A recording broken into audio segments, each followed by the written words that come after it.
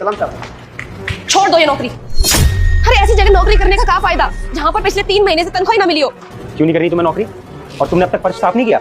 और तू ये टोपी का है, तुम दोनों काम चोर हो गए हो क्या? काम करने का मन नहीं है क्या तुम्हारा? साहब कोई काम चोरी नहीं कर रहे हम लोग। हम दोनों को पिछले 3 महीने से तनख्वाह नहीं मिली है। अब आप ही बताइए ऐसी कंपनी में काम करने का क्या फायदा जहाँ पर तनख्वाह ही ना मिलती हो। अरे हमें भी तो अपना घर देखना होता है साहब। और हम लोग काम क्यों करते हैं? पैसा कमाने के लिए करते हैं ना। जहाँ पैसा ही ना मिले वहाँ काम क्यों करें हम लोग? दिमाग खराब हो गया क्या थोड़ा? तुम लोगों को 3 महीने से तनख्वाह नहीं मिली। तुम्हारी तनख्वाह टाइम टू टाइम मिल रही है तुम लोगों को। साहब हमारी बहन बिल्कुल सही कह रही है, हमें पिछले 3 महीने से तनख्वाह नहीं मिल रही है। बस बोला जा रहा है आज मिल जाएगा कल मिल जाएगा।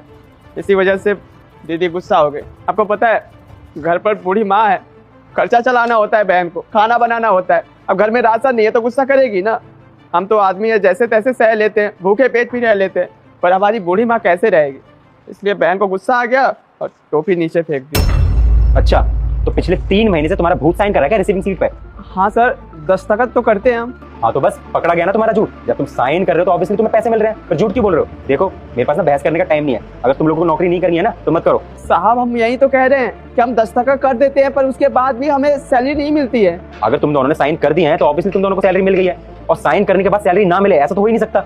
साहब हम दस्तखत तो कर देते हैं पर उसके बाद भी हमें तनख्वाह नहीं मिलती। अर्शी सर जो है ना वो बोलते हैं साइन कर। अब वही पगार देते हैं तो साइन तो करना पड़ेगा ना, नहीं तो पगार भी नहीं देंगे। अब जब भी मांगते हैं कि सर दस्तखत कर दिए हैं अब हमारा पगार दे दीजिए, बोलते हैं कल मिल जाएगा परसों मिल जाएगा। कल परसों करते करते 2-3 महीना बिता दिए।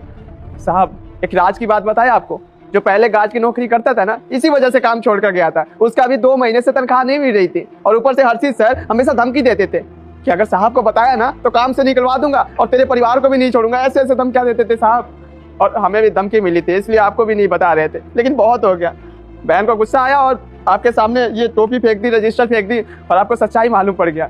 पर साहब उनको मत बताइएगा, पर हमारी तनख्वाह मिलवा दीजिए, दिलवा दीजिए साहब। देखो तुम्हारी बात मुझे सही तो लग रही है, पर मुझे यकीन नहीं हो रहा कि तुम लोगों को 3 महीने से सैलरी नहीं मिली है। बाकी अगर ऐसा है ना तो मैं हर्षित से खुद पूछूंगा कि तुम्हारी सैलरी क्यों नहीं दी, और अगर ये बात सच निकली ना तो उसको मैं अभी कभी नौकरी से निकाल दूंगा। बाकी तुम दोनों टेंशन मत लेना, तुम्हारी जो 3 महीने की तनख्वाह रखी हुई ना तो तुम्हें मिल जाएगी टाइम से।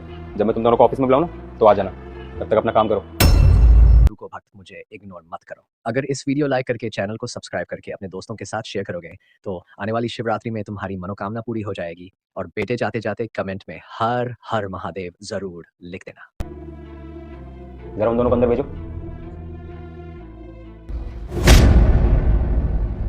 हर्षित इन दोनों को जानते हो या देख के कुछ याद आया?